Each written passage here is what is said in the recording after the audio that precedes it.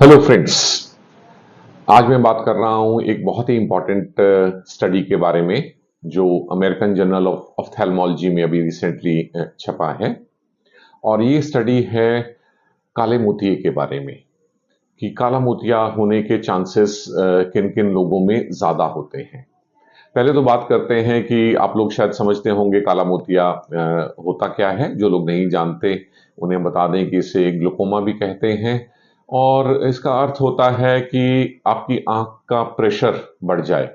वो प्रेशर जो नॉर्मल 10 से 20 मिलीमीटर ऑफ मर्करी होता है, यदि वो 24 से ज़्यादा हो जाए और उसके बाद वो आंख की नस को खराब करना शुरू कर दे, तो फिर वो ग्लूकोमा होता है। ग्लूकोमा में होता क्या है कि ये नस खराब हो जाती है और ये खराबी जो है ये परमानेंट होती है। काले मोतिये में यदि एक पेशेंट कुछ रोशनी खो देता है तो फिर वो रोशनी वापस नहीं आती। तो इसलिए ये टॉक इम्पॉर्टेंट है कि हम देखें कि काला मोतिया होता क्यों है।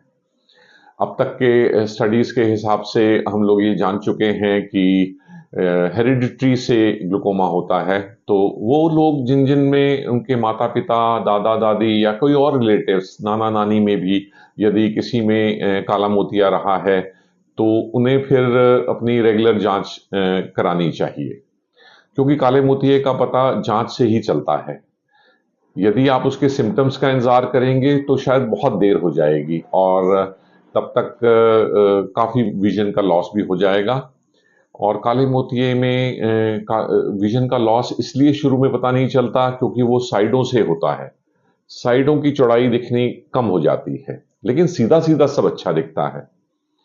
फ्रेंड्स, बात ध्यान रखने की क्या है इसमें।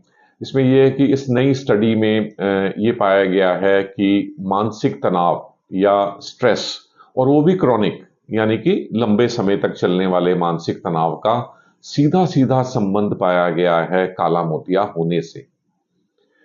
ये तो हम लोग जानते हैं कि मानसिक तनाव से ब्लड प्रेशर बढ़ जाता है, ये ज्यादातर लोग जानते हैं। और यदि उन्हें मानसिक तनाव होता है तो वो अपना ब्लड प्रेशर चेक करवा लेते हैं। लेकिन मानसिक तनाव ज्यादा दिन रहने से काला मोतिया भी हो सकता है, ये जानकारी अभी बिल्कुल नई नहीं है। तो यूं तो जो भी 40 साल से बड़े लोग अपने आई स्पेशलिस्ट के पास जाते हैं तो ये आई स्पेशलिस्ट का फर्ज होता है और वो करते भी हैं कि उनकी आंख का प्रेशर चेक कर लिया जाए। और यदि प्रेशर बढ़ा हुआ आए तो फिर उन्हें काला मोतिया है या नहीं, उसे कंफर्म करने के लिए कुछ टेस्ट किए जाते हैं। लेकिन यदि आपका क्रॉनिक स्ट्रेस यानी कि मानसिक तनाव काफी लंबे समय से चल रहा है तो कुछ बायोमार्कर्स इसमें पाए गए हैं, जिनको इकट्ठा एनालाइज करने से हमें पता चलता है कि काला मोतिया होने के चांस हैं कि नहीं। तो यदि आपका बॉडी मास इंडेक्स अधिक है, इसका मतलब यदि आप ओवरवेट हैं, यदि आपको ब्लड प्रेशर है, और एक ब्लड टेस्ट में आमतौर पे जो एक टेस्ट किया जाता है उसे हम कहते हैं सीआरपी, जो कि हमारी बॉडी में इन्फ्लेमेशन को डिफाइन करता है। तो यदि आपकी ब्लड टेस्ट में सीआरपी बढ़ा हुआ आया है तो फिर आप हाई रिस्क में आते हैं काले मोतिये के लिए।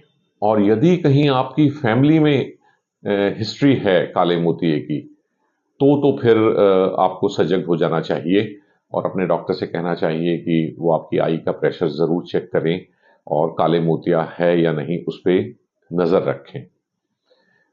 ये काला मोतिया जो ज़्यादा पाया जाता है स्ट्रेस की वजह से, ये प्राइमरली जो प्राइमरी ओपन एंगल ग्लूकोमा होता है, जिसमें कि आमतौर पे शुरू में कोई भी सिम्टम्स नहीं होते, उसमें ज़्यादा पाया जाता है। जबकि दूसरे टाइप का ग्लूकोमा जो एंगल क्लोजर ग्लूकोमा होता है, जिसमें कि काले मोतिये का अटैक आता है, उससे स्ट्रेस की एसोसिएशन थोड़ी कम है। लेकिन यदि आप स्ट्रेसफुल रहते हैं, और वैसे सोचा जाए तो आजकल की भागदौड़ की जिंदगी में किसी स्ट्रेस नहीं होता, और अगर ये स्ट्रेस लंबे समय तक चलता है और यदि आपकी आयु 40 वर्ष से अधिक है तो अपनी आंखों का प्रेशर जरूर चेक कराएं और पता लगाएं कि क्या आपको भी काला मोतिया हो सकता है या नहीं।